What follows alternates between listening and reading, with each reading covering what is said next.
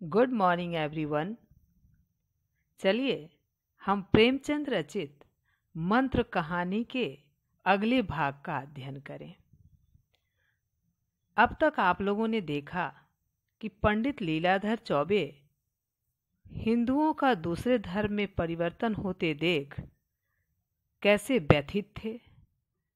उन्होंने हिंदुओं में जो दलित वर्ग के लोग हैं उन्हें बहुत समझाया कि हम सब एक हैं, लेकिन उन उपेक्षितों में एक बूढ़े ने कहा कि जो हर तरह से साधन संपन्न है वह आप लोगों के सामने सम्मान के योग्य है। जो सबल नहीं है उसे आप हे दृष्टि से देखते हैं, हम लोगों के साथ भेदभाव करते हैं। इधर अन्य धर्म वालों ने पंडित जी को रास्ते से हटाने के लिए उन पर प्राणघातक हमला करवाया। प्रातःकाल बूढ़े अछूत ने कैंप में पंडित जी के को मूर्छित अवस्था में देखकर उन्हें गांव वालों की मदद से अपने घर ले आए।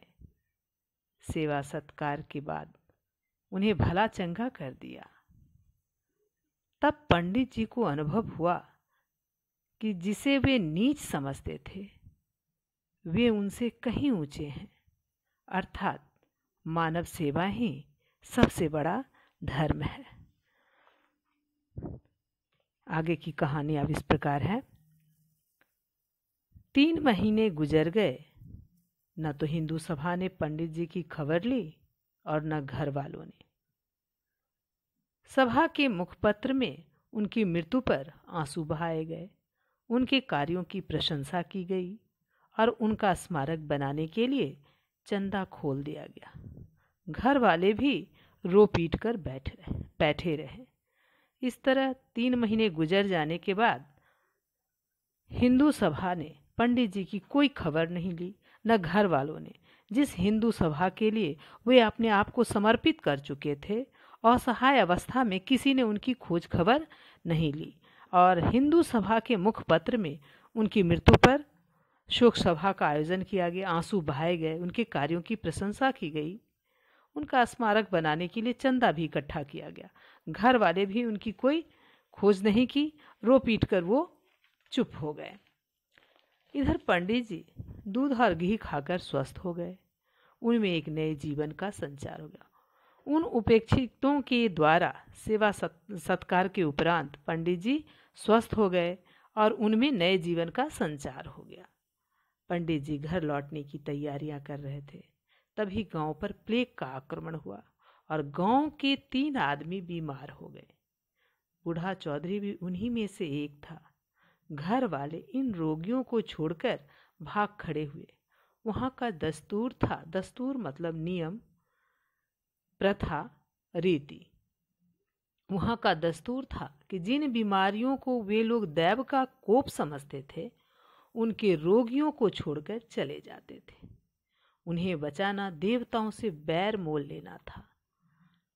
तो पंडित जी भले चंगे हो गए तो वो घर लौटने की तैयारी करने लगे कि अचानक गांव में प्लेग महामारी फैल गया और गांव के 3 आदमी बीमार हो गए और उस 3 आदमी में वही उपेक्षित बूढ़ा चौधरी भी था।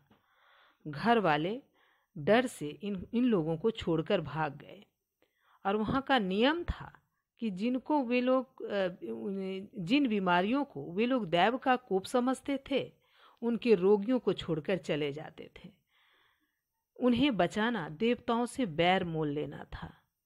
उन्हें देवताओं अगर उन्हें बचाते तो देवताओं के कोप का भाजन बनना होगा, अर्थात मृत्यु का ग्रास बनना होगा। अर्थात अगर वैसे रोगियों की देखभाल करेंगे तो देवता उनसे नाराज हो जाएंगे। इसलिए गांव के लोग उन लोगों को छोड़कर चले गए थे। पंडित जी को भी लोगों ने साथ ले जाना चाहा, किंतु पंडित जी नहीं गए। उन्होंने गांव में रहकर रोगियों की रक्षा करने का निश्चय किया। उपकार ने उनकी आत्मा को जगा दिया। बूढ़े चौधरी ने तीसरे दिन होश आने पर जब उन्हें अपने पास खड़े देखा तो बोला, महाराज तुम यहाँ क्यों आ गए? मेरे लिए देवताओं का हुक्म आ गया है, अब मैं किसी तरह नहीं रुक सकता। तुम क्यों अपनी जान जोखिम में डालते हो? मुझ पर दया करो, चले जाओ। तब पंडित जी उन लोगों के साथ नहीं गए और वे बूढ़े चौधरी जो उपेक्षित बूढ़े चौधरी थे उनकी सेवा करने के लिए रुक गए, क्योंकि उन्हें अनुभव हुआ उनमें जो अज्ञानता थी वह दूर हो गया, भेदभाव का नाश हो गया, भेदभाव मिट गया और वो समझ गए कि मानव सेवा ही सबसे बड़ा धर्म है। गृह कार्य नोट करें। प्रश्न पहला, जिनके उद्धार का बीड़ा उठाकर आया था वे मुझसे कहीं ऊंचे हैं। पंडित जी के इस कथन का क्या भाव है? दूसरा प्रश्न, पंडित जी पर प्राणघातक हमला होने के बाद हिंदू सभा तथा परिवार वालों ने क्या किया? आज के लिए इतना ही। धन्यवाद।